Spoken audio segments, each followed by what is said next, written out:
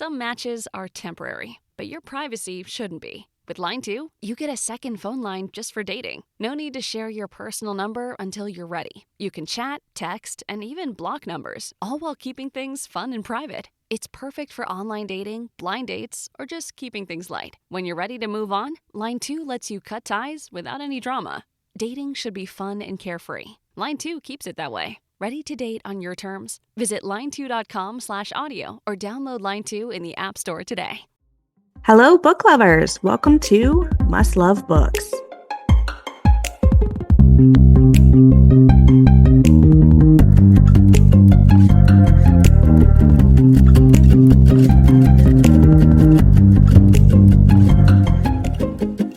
Hello, book lovers.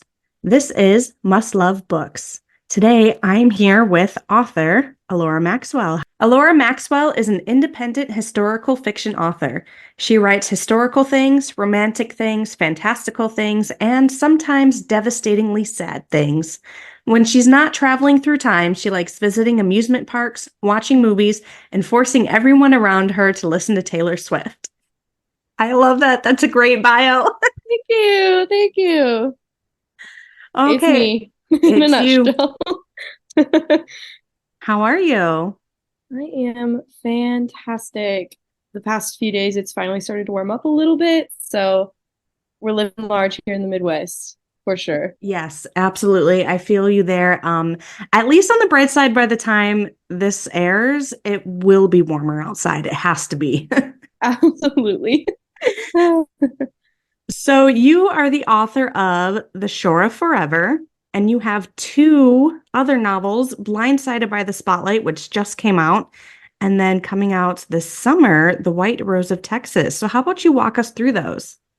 Absolutely. So The Shore of Forever is my debut novel. It's a historical fiction book. It takes place back in World War II and also 1956. So it's got dual timelines from the perspectives of three individuals, a Swedish veteran, an American Army nurse, and then an Italian young girl who grew up in Italy during World War II. Historical fiction has always kind of been my passion. I grew up loving history and just loving like maritime history too. It's kind of niche, but I love it. I love learning about the Titanic and other shipwrecks. So when writing this book, it just all kind of came together naturally for me. And I'm just really proud of it being my debut novel. Like I said, I love history. So transitioning into my newest book, Blindsided by the Spotlight, is kind of a little bit of whiplash, but it was really, really fun to switch gears. I am a huge Swiftie and I love the Chiefs. I'm just from north of Kansas City, so always loved the Chiefs. And that first football game where Taylor Swift shows up, I freaked out and I just got really inspired. How do these like very high profile people, how are they in these high profile relationships and how do they make that work? I mean, I'm a normal person, I'm married, and you have to kind of work at that relationship every day, no matter how easy or hard that relationship is. So those were the kind of themes that I explored in that one. It's very shimmery, it's very glimmery, it's very, very different than writing about World War II. So again, like that transition was just really fun for me, and I found a new love and respect for romance writers, and I really hope to continue writing in both of these genres. My upcoming novel, The White Rose of Texas, is about the Texas Revolution. I have got family ties to that war. I have I think it's my fifth great uncle, 5 times great uncle, actually passed away in that war, and he has a memorial to him and everything. So I was also inspired to write about that historical event. So, I mean, that's just a little bit about me, whatever I'm inspired by in the moment, I guess. I love that. And I think it's really cool that you don't have to, box yourself in by sticking with one niche or one genre. You're able to expand and explore different writing styles and different storylines that interest you. So why don't you tell us a little bit about some year-end lists that The Shore Forever made? Going into it, being a self-published author, it's very intimidating at times. It can be very, very overwhelming, and you really don't know how anything is going to go until you hit publish, wherever that may be, and those reviews and that support starts flowing in. So I was very, very surprised that The Shore Forever got some recognition from people, especially the end of the year. It came out last summer, so summer of 2022. Again, it's very niche. Not a lot of people know about the sinking of the Andrea Doria. Not a lot of people, I mean, they know about the Titanic, but how interested are they really in it? You might have gone through a Titanic phase when you were younger, but I mean, that's really the only ship in history, besides maybe a few others, that really you can really remember, you can really think of. So when people started reaching out to me saying, oh my gosh, I'd never heard about this event, but now I'm super into it. I mean, that just meant the world to me. And so to see just a few historical fiction authors and readers have them on their, favorites lists at the end of the year, I mean, that made it for me. I was very overjoyed to see so many people resonate with that book when in the beginning I didn't necessarily know how much traction it was going to get. How about you share with us a little bit about your writing process as an indie author? Yeah. So juggling between the two, romance and historical fiction, I mean, they're very, very different.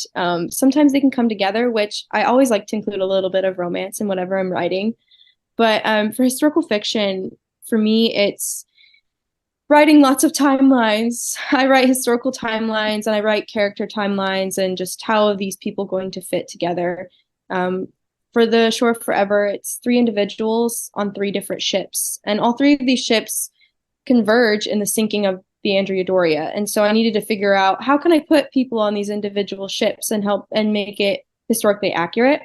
So that's why I've got a Swedish man. He's on the Swedish ship, the Stockholm. And then you've got Adeline, who's on the French ship because she's an American and she's married to a Frenchman. And then you've got Eloisa, who's on the Andrea Doria coming to America to start her new life with her family.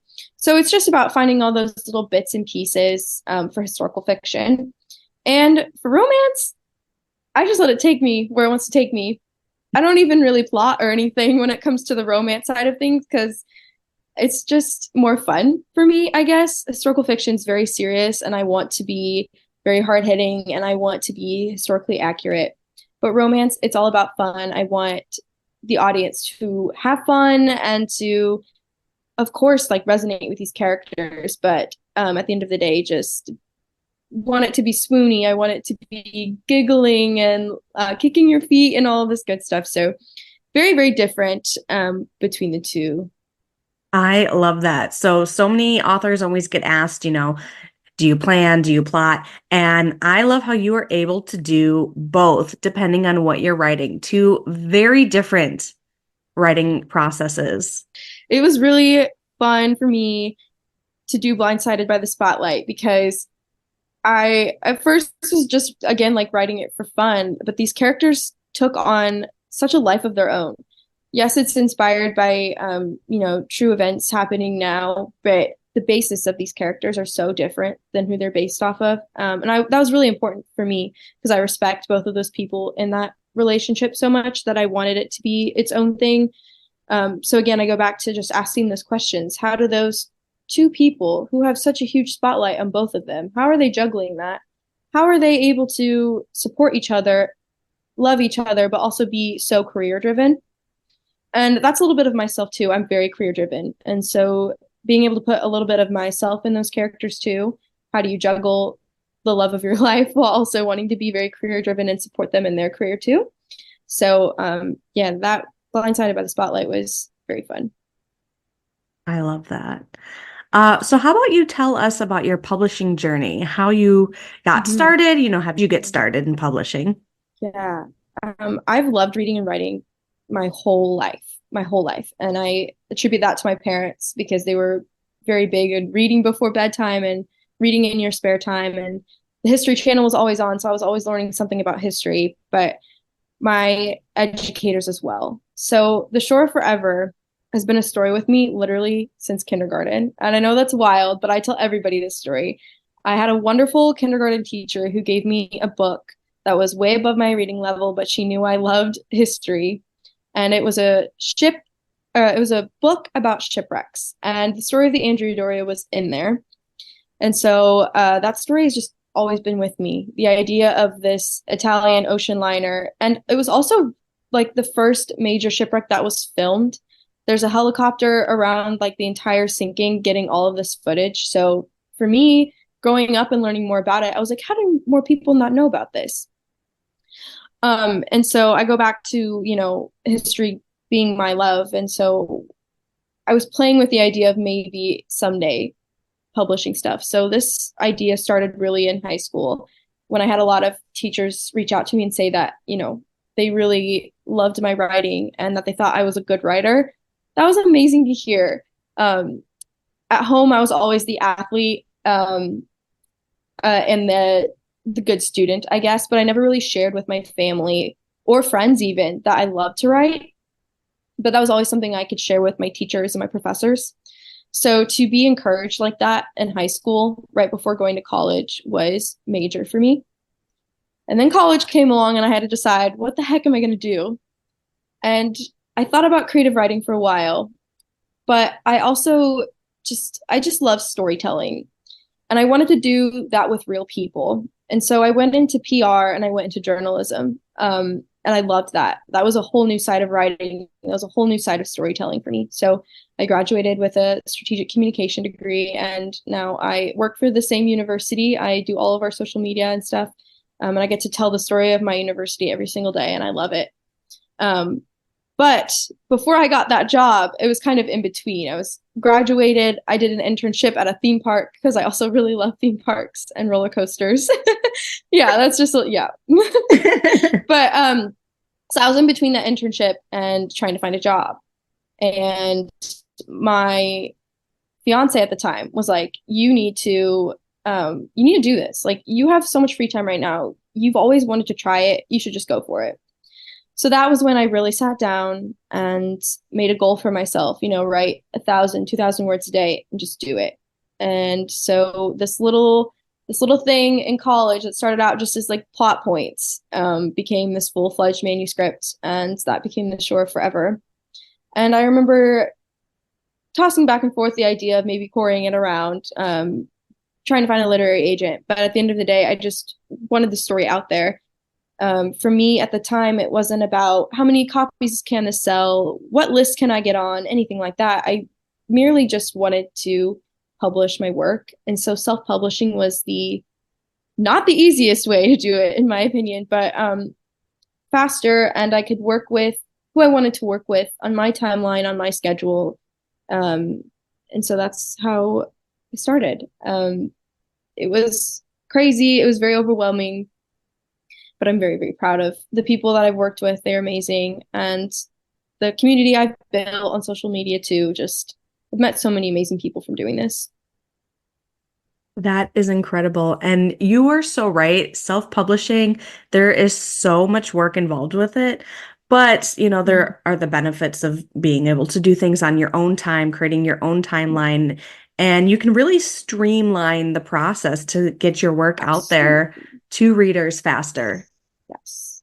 Yes. And another part of it was I was also very confident in being able to build my own brand, because that's what I studied in school. So I was very confident in like doing my own marketing and stuff. And I know that can be very intimidating for some people, and rightfully so. It's very hard to kind of master that. And honestly, none of us have really mastered it, let's be honest. But so that was part of the reason why I also chose that route too, because I really did believe in myself and my creativity. I was just so fun to be able to market these books and create reels for these books and bring these characters to life, not only on the page, but also on social media too. I love it. And you were so right to believe in yourself. Thank you. You really succeeded. Thank you.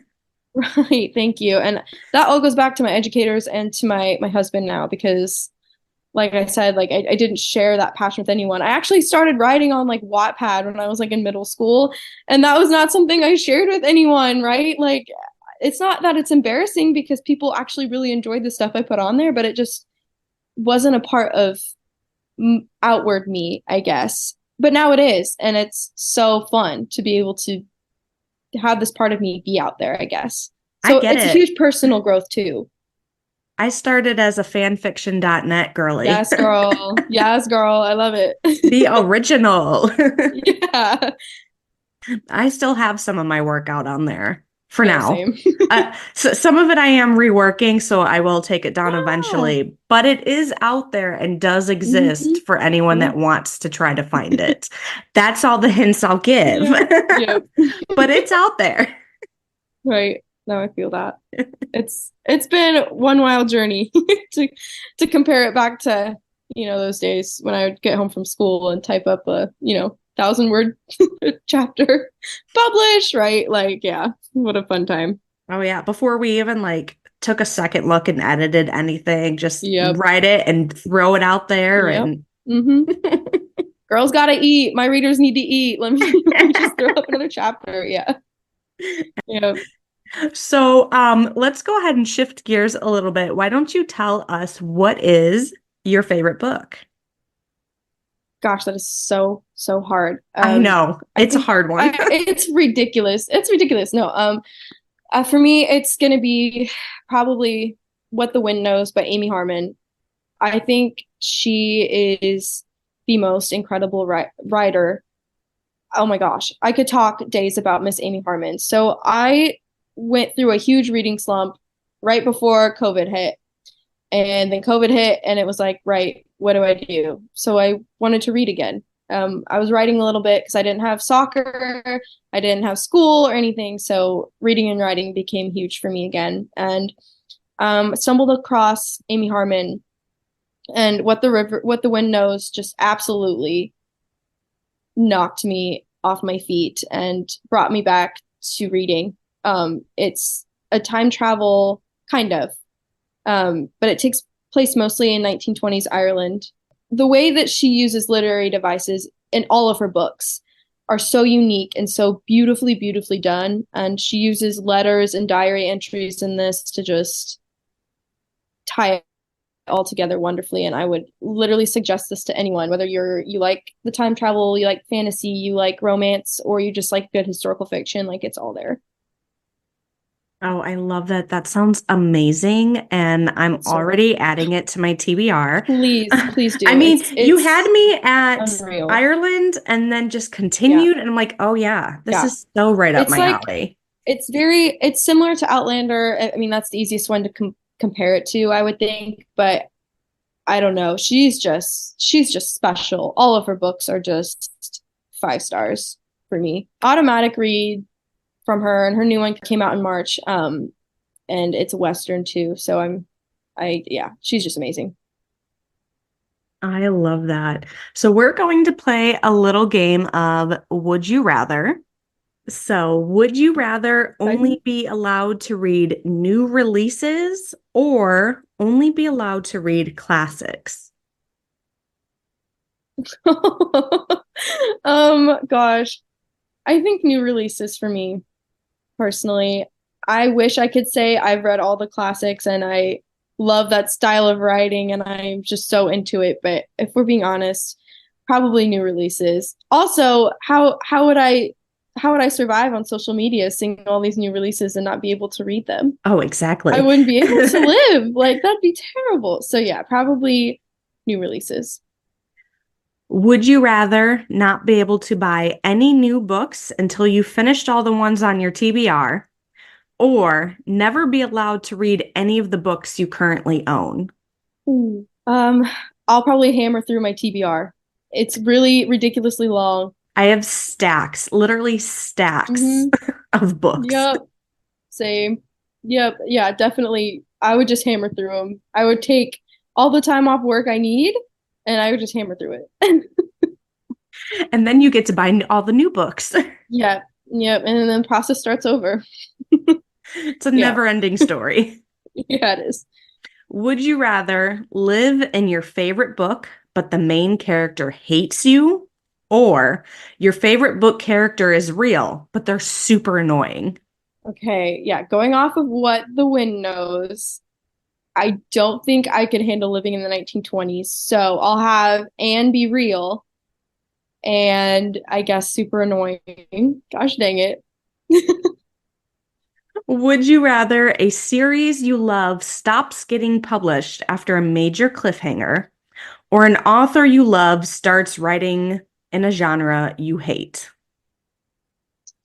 I could read anything by Amy Harmon, so a genre that I hate, which I don't know what genre that is.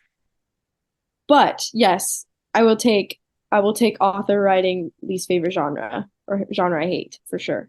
I knew that's exactly what you were going to say with Amy Harmon. Yeah. She's gonna make it work no matter what, and I will eat it up. Exactly. Would you rather, now this goes back to our fan fiction.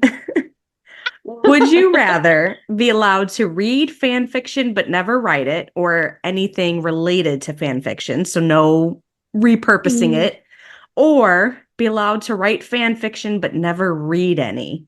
Read it. There's some good stuff. Yeah, right. So I don't know. Blindsided by the Spotlight might count then. I don't know. That's really hard. That's really hard. Yeah, because it's Yeah, like fan fiction adjacent. It is. It's fan fiction adjacent for sure. I was inspired, but yeah, for sure. You're right. You're right. We're gonna let it slide. Would you rather never be able to finish a series or never reread your favorite books? I'm not much of a rereader, to be honest. So I might go with that. Never reread. That would be really hard, but I am a completionist too. So that would be harder if I wasn't able to complete something. Yeah. So, yeah. And sometimes those cliffhangers, they really get you. Yes, for sure. Okay, would you rather read only one book a year, but remember everything, or read 100 books a year and remember nothing? Nothing, not a thing. Dang, probably one book then, for sure. Because last year I think I read like 50 books, but I mean, how many of those really stand out to me? So, yeah, probably one book I remember everything. I'll just have to pick a really, really good book. Yeah, exactly. To be the one book. Yeah. Whatever the next Amy Harmon is. Absolutely. Yes. Would you rather read only one genre forever, or you can read different genres, but you can never repeat the same genre after reading it once? I'll go with one genre, and I'll pick historical fiction, because I feel like you can do a lot with historical fiction, because you can have historical fiction with romance sprinkled in, or drama, or horror, or thriller, or whatever. So I'm going to say historical fiction and cheat a little bit. I mean, yeah, that does kind of overlap, but I think it counts. Okay, good. Yeah. Historical fiction forever. Exactly. Ooh, this one is a hard one. Would you rather read a book where the main character is killed off, or where the love interest is killed off? Love interest killed off. I'm not going to spoil any of my books, but yeah, I live for that drama. And my husband hates it. Oh, no. I live for it. Yeah. This one's a silly one. Would you rather read a book that's missing the middle chapters, or read a book that's missing the first and last chapters, so you can only read the middle? My gosh. That's impossible. I guess I'll read the beginning and end, because that would kill me if I didn't know how it ended. Right? So, say goodbye to all the character development, I guess. No development, just, beginning, end. Yep. Would you rather, this one's silly, would you rather be stuck on a deserted island without a book, or be stuck in a library full of books in a language you can't read? A library. I live for the quiet. I think I wouldn't be able to read anything, but I could just absorb the vibes. Absorb the vibes, yes. And who wants to be on a deserted island anyway? Yeah, that's scary. Not me. Would you rather bring only one short book on a 12-hour flight, or bring an e-reader with only 10% left on a 4-hour flight? E-reader, speed read. Speed read. Make that 10% work. Yeah, totally. Absolutely. Otherwise, you're reading that short novel like 6 times. Right. Yeah. Okay, and here's the last one. This is more just about your reading preference. Would you rather read in complete silence, or read with like party type background noise? Ooh, that's a good one. So I think I like a little background noise. Even if it's going to be a party, I think I'd still like that. I can handle it. I can read anywhere, anytime. Yeah, So I yeah, think I'd be totally. fine. But you know what? I do like to read at parties because you're still like part of the party, Hmm. but you can read I too. am the same way. I'm very like I'm pretty introverted and I'll go to a party, but like parties are not for me. So I'll go hang out with people. You can talk to me if you want, but yeah, reading would be great. You can talk to me if you want, but I'm gonna have If my you book. want, but I will not be talking to you. I'm kidding. I'm kidding. But yeah, no. Party for sure. So you made it, you survived. Would you rather? It was fun. Those Some were of them good. get really hard. They were hard. Yeah. So we are getting ready to wrap up here. Are there any final messages that you would like to share with our listeners? Just get out there and read a genre you haven't before. I know historical fiction is sometimes people's not their favorites, but I really think that there's a lot to get out of it. If you're like I said before, like there's so many little genres that are in historical fiction, so you should really try it out. So if you read Blindsided by the Spotlight, because I think that might be the easiest one for people to get into of the ones I've written, try some of my other ones too. I put a lot of people put a lot of heart and soul into them, and I love historical fiction, and I just love connecting with readers about it too. I love connecting historical things to a modern audience, and so that's how I write things. And I'd love it if other people would have that conversation too. So there's that. And then I guess if you want to follow me, learn more about me, you can follow me on TikTok and Instagram at author_Elora Maxwell. So yeah, that's me. Excellent. And we will be posting all of your social media links in the episode description and on the Must Love Books Instagram and Facebook pages so anyone can find you easily.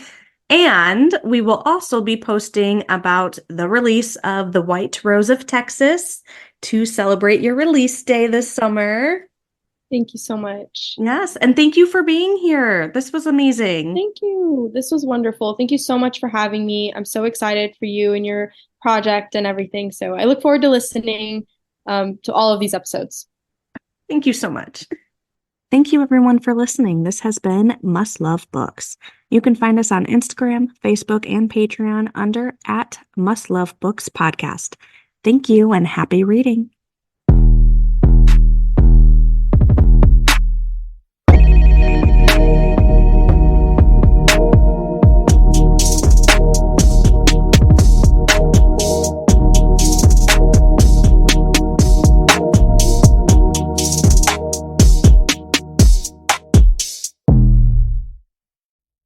Ugh, spam calls. Sound familiar? Introducing Line 2. Get a second phone number right on your existing phone. Imagine discounts, appointments, online forms. Handle it all without giving out your personal number. It's like having a secret weapon against spam. And when those unwanted calls sneak through, boom, blocked. No more interruptions, no more stress. Stay connected, stay protected. Keep your main number safe and out of harm's way. Ready to take back your phone? Visit line2.com/audio or download Line 2 in the App Store today.